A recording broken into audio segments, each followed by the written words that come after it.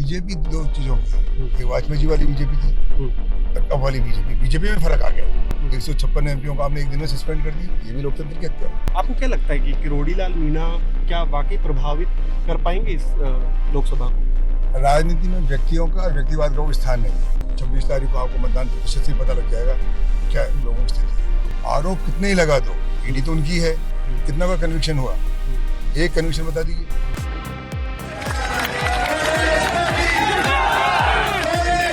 तो अभी हम राजस्थान के सवाईमाधोपुर लोकसभा में हैं और यहाँ का एक गांव है सेवा। यहाँ पर हम हैं, हमारे साथ कांग्रेस के प्रत्याशी हरीश मीणा हैं। 2014 में हरीश मीणा ने दौसा लोकसभा से चुनाव लड़ा था। वहाँ से उनके भाई के सामने उन्होंने चुनाव लड़ा था। उनके भाई नमो नारायण मीणा तब कांग्रेस के प्रत्याशी थे और किरोड़ी लाल मीणा भी वहाँ से चुनाव लड़ रहे थे। हरीश मीणा ने वहाँ से चुनाव जीता। उसके बाद 2018 में हरीश मीणा कांग्रेस में शामिल हो गए। फिलहाल हरीश मीणा देवली उनियारा विधानसभा राजस्थान की है। हाल ही में हुए चुनाव में हरीश मीणा वहाँ से जीत कर आए हैं।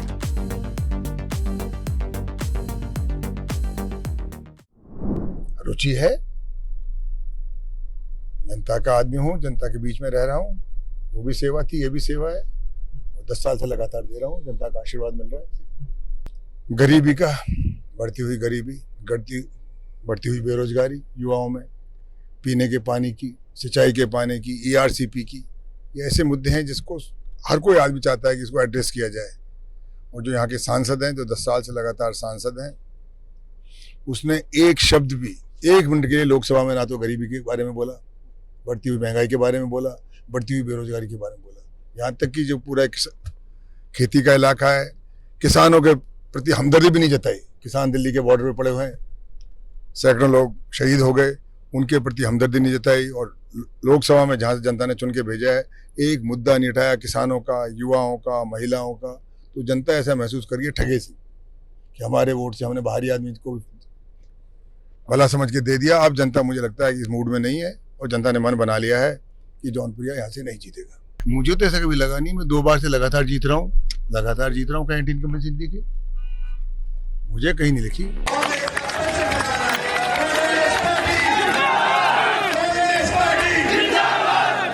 सवाल ये कि राष्ट्रीय मुद्दों पे अगर हम बात करें, कांग्रेस ने राम मंदिर का जो इन्विटेशन था उसको नकार दिया था। ये एक मुद्दा बन रहा है, लोग इस पे बात कर रहे हैं कि क्यों नकारा। कौन? वो राजनीति जनता की होती है, जनहित होती है, जनता के विकास की होती है। राजनीति जाति और धर्म की नहीं होती है। जाति एक अलग हो सकती है, धर्म अलग हो सकता है, विकास सबका एक है। महंगाई के मुद्दे पे हम लड़ना चाहते हैं, बेरोजगारी पे लड़ना चाहते हैं, जनता के पानी के लिए। ये है मुद्दे, राष्ट्रीय मुद्दे, जिसपे कांग्रेस पार्टी लड़ रही है, जिसका बीजेपी जवाब नहीं देना चाहती। और जौनपुरिया तो जानता ही नहीं इसके बारे में। क्या उसकी गलती नहीं है? पढ़ा लिखा नहीं है तो नहीं है। फैसला जनता करेगी। एक सवाल लोगों ने ये पूछा कि 2014 में आप बीजेपी में थे, आपकी शुरुआत राजनीति की बीजेपी से हुई है, अब आप संविधान की बात कर रहे हैं, बीजेपी पे एलिगेशन लगा रहे हैं कि बीजेपी संविधान को खत्म कर रही है। आपको ये नहीं लगता है कि ये सब कुछ 10 सालों में नहीं हुआ होगा? बीजेपी की फाउंडेशन से ये बात आती रही है कि हिंदू राष्ट्र की बीजेपी के लोग बात करते रहे हैं, तो आपको ये इतना बाद में क्यों समझ में आया? बीजेपी दो चीजों की है। एक वाजपेयी जी वाली बीजेपी थी, अब वाली बीजेपी में फर्क आ गया। तो सब तरह की, वाजपेयी जी ने एक MP के लिए अपनी सरकार खो दी। आज तो ऐसा मुझे लगता नहीं कि ऐसा होने वाला है। 156 एमपीओं को आपने एक दिन में सस्पेंड कर दिया, ये भी लोकतंत्र की हत्या है। तो तरीका है, पार्टी अलग है, नेताओं का अलग है, नेतृत्व अलग है, और समय के अनुसार काफी लोग समझ रहे हैं। आपको क्या लगता है कि किरोड़ी लाल मीणा क्या वाकई प्रभावित कर पाएंगे इस लोकसभा को? राजनीति में व्यक्तियों का और व्यक्तिवाद का कोई स्थान नहीं है। विचार और विचारधारा का चुनाव होता है, मुद्दों का चुनाव होता है, और मुद्दे राष्ट्रीय होते हैं। तो मैं किसी व्यक्ति के बारे में टिप्पणी नहीं करना चाहूँगा, पर इस क्षेत्र में शिक्षा बहुत ज़्यादा है। यहाँ के बहुत लोग बाहर हैं, यहाँ भी पढ़ते हैं, करते हैं, और सब लोग जानते हैं कि अगर उनको शिक्षा मिलेगी कब, जब आरक्षण रहेगा। वो आरक्षण के लिए लड़ रहे हैं, अपने सम्मान के लिए लड़ रहे हैं, संविधान के लिए लड़ रहे हैं, लोकतंत्र के लिए। ये हैं मुद्दे हमारे। और आम बच्चा, छोटे से छोटा बच्चा ये जान चुका है कि ये चुनाव अगर बीजेपी की सरकार बनती है, यहाँ से बीजेपी का MP बनता है, तो उनका आरक्षण जाएगा। आरक्षण सिर्फ अनुसूचित जाति जनजाति का नहीं है, OBC का भी है, सवर्णों का भी है। तो लोग आरक्षण के नाम पे, संविधान को बचाने के नाम पे, लोकतंत्र को बचाने के नाम पे सब एक हैं, बड़े जागरूक हैं। आप परिणाम इनका इंतजार करिए। 26 तारीख को आपको मतदान प्रतिशत से पता लग जाएगा कि क्या लोगों की स्थिति है। कॉन्स्टिट्यूशन बहुत ज़्यादा डिस्कशन में है इस दौरान। किससे खतरा है कॉन्स्टिट्यूशन को? क्यों खतरा है और किससे खतरा है? खतरा बीजेपी से खतरा है।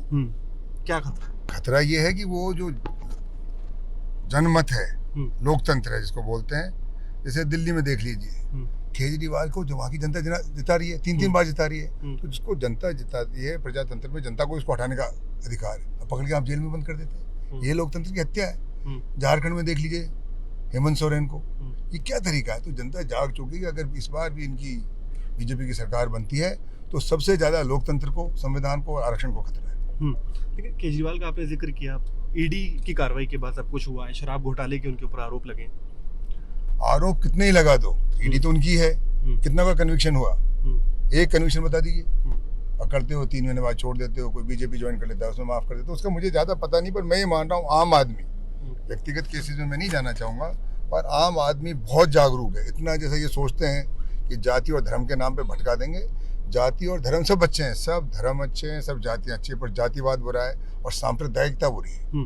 तो लोग समझ रहे हो। जातिवाद की भी आप बात कर रहे हैं, नागौर की जो लड़ाई है, चूरू की जो लड़ाई है, हर जगह मैं शेखावटी में गया, घूमा, अमरा राम जी को आपने टिकट दिया वहाँ से, तो कहीं ना कहीं कांग्रेस भी जो इक्वेशन है कास्ट का, उसका बहुत ख्याल रखती है। आपकी जो सीट है यहाँ पे खास तौर पे मीणा वोट ज़्यादा है, आप मीणा हैं, तो आपको नहीं लगता कि जाति की पॉलिटिक्स तो सभी कर रहे हैं? नहीं, कांग्रेस नहीं कर रही है। कांग्रेस ने सबसे पहले अजहरुद्दीन को टिकट दिया था, हैदराबाद के थे, और इस जिले से जीत के निकला था। हार गए थे वो लोकसभा, इस जिले से 2 आते हैं ना, जिले से जीते। तो यहाँ के लोग बड़े सेकुलर हैं, पढ़े लिखे हैं, वो पार्टी देखते हैं, पार्टी के विचार से। आदमी कोई भी हो, किसी जाति का, पार्टी का कैंडिडेट होना चाहिए। तो ये कांग्रेस का गढ़ है, कांग्रेस विचारधारा के लोग हैं, बहुत ज्यादा निवास करते हैं और वो समझदार लोग हैं। एक सवाल लोगों ने ये पूछा कि 2014 में आप बीजेपी में थे, आपकी शुरुआत राजनीति की बीजेपी से हुई है, अब आप संविधान की बात कर रहे हैं, बीजेपी पे एलिगेशन लगा रहे हैं कि बीजेपी संविधान को खत्म कर रही है। आपको ये नहीं लगता है कि ये सब कुछ 10 सालों में नहीं हुआ होगा? बीजेपी की फाउंडेशन से ये बात आती रही है कि हिंदू राष्ट्र की बीजेपी के लोग बात करते रहे हैं, तो आपको ये इतना बाद में क्यों समझ में आया? बीजेपी 2 चीजों की है, एक वाजपेयी जी वाली बीजेपी थी, अब वाली बीजेपी में फर्क आ गया। तो सब तरह की, वाजपेयी जी ने 1 MP के लिए अपनी सरकार खो दी, आज तो ऐसा मुझे लगता नहीं कि ऐसा होने वाला है। 156 MPओं को आपने एक दिन में सस्पेंड कर दिया, ये भी लोकतंत्र की हत्या है। तो तरीका है, पार्टी अलग है, नेताओं का अलग है, नेतृत्व अलग है, और समय के अनुसार काफी लोग समझ रहे हैं। और 10 साल में जनता ने बहुत कुछ सीखा है, जनता ने समझा है, और मैं मानता हूँ पूरे हिंदुस्तान के लोग, हर जाति, धर्म, वर्ग, प्रदेश के, बीजेपी की जो नीतियां हैं, घोषणा है, उनसे करीब करीब परेशान आ चुके हैं। घोषणा ज्यादा है, धरातल पे कुछ हो नहीं रहा। और हमारे टोंक सवाई माधोपुर लोकसभा क्षेत्र में तो जो कैंडिडेट है उसने 10 साल में कुछ ही नहीं किया, यहाँ तक कि ना किसी गांव में आया, ना काम किया, और जो उसको 10 साल का सांसद निधि का सैकड़ों करोड़ रुपए का जो अनुदान मिला है, उसका भी हिसाब नहीं दे रहा, वो पैसा कहाँ गया। वो हरियाणा का रहने वाला है, उसको राजस्थान की जनता से कोई मतलब नहीं है, उनके विकास में, उनके सुख में, दुख में भागीदारी पूरी रुचि नहीं लेता।